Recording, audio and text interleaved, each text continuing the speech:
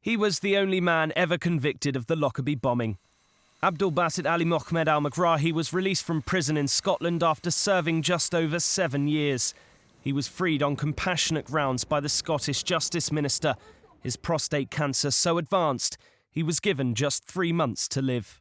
Mr. Abdelbasset Ali Mohammed al-Megrahi, convicted in 2001 for the Lockerbie bombing, now terminally ill with prostate cancer, be released on compassionate grounds and are allowed to return to Libya to die. Allowing Megrahi to head back to his home country, Libya, was bound to cause controversy. The American government was livid. We have been in contact with the Scottish government indicating that we objected to this.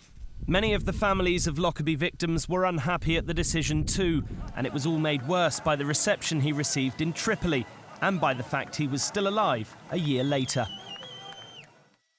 The bombing of Pan Am Flight 103 above Lockerbie in 1988 claimed the lives of 270 people. All those on board died, and 17 people on the ground were killed too. 13 years later, Abdelbasset al-Megrahi and another Libyan, Alamin Khalifa Fahima, went on trial in the Netherlands. In the end, only Megrahi was convicted of mass murder and jailed for life. But as he began to serve his sentence, doubts surfaced about his guilt. People have questioned the evidence used to convict al-Megrahi, and the man himself has always maintained his innocence. Even some of those who lost loved ones in the Lockerbie disaster have their reservations about the verdict.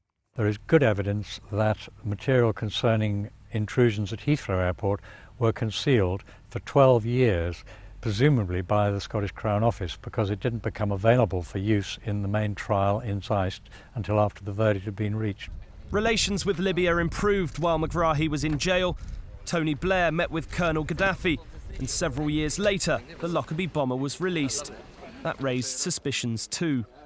There was no conspiracy, no cover-up, no double-dealing, no deal on oil, no attempt to instruct Scottish ministers, no private assurances by me to Colonel Gaddafi.